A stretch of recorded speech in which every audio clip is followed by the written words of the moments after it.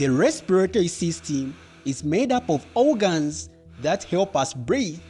Respiration is the term used to describe the exchange of oxygen from the environment for carbon dioxide from the body cells. The process of breathing air into the lungs is called inhalation, and the process of breathing it out is called exhalation. The respiratory system includes the nose and the nasal cavity, which perform a number of important functions, such as providing us with a sense of smell, warming and moistening the air we breathe in, filtering out irritants such as dust, and assisting us in the development of sound. The throat, also known as the pharynx, is a tube that carries air from the nasal cavity through the voice box, otherwise known as the larynx, down into the windpipe or trachea. The windpipe then splits into two breathing tubes, which carry the air into the lungs. These breathing tubes are called the bronchi, which extends into the bronchioles. The breathing tubes branch out many times throughout the lungs until they eventually form tiny thin-walled air sacs or alveoli.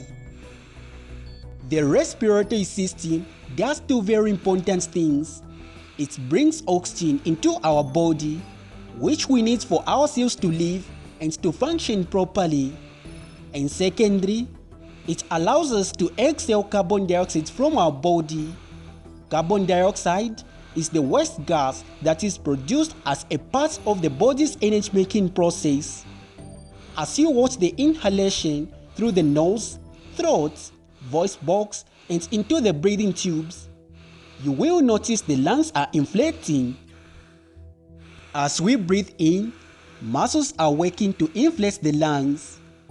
The diaphragm, a large sheath of muscle which stretches across our chest under the rib cage, does most of the work during inhalation, causing the chest to expand as the lungs fill with air.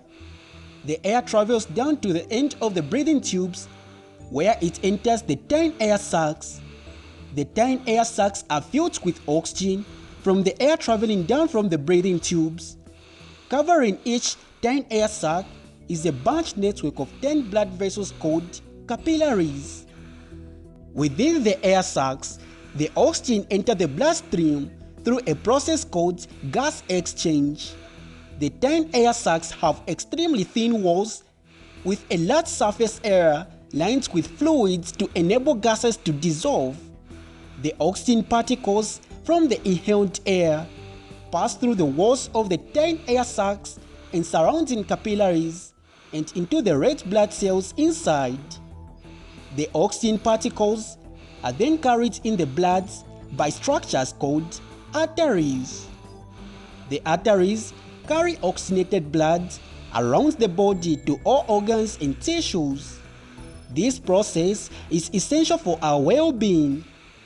As the oxygen particles are diffused through the walls of the tiny air sacs into the bloodstream, carbon dioxide, a waste product of the body, is traveling in the opposite direction. The deoxygenated blood is carried in veins from the organs and tissues back to the lungs. Carbon dioxide is diffused from the blood through the capillaries and into the air within the tiny air sacs. Now that the air in the tiny air sacs is saturated with carbon dioxide, the exhalation can now occur. Watch as the diaphragm relaxes and air is forced out of the lungs. The air travels back up the breathing tubes and is expelled into the atmosphere.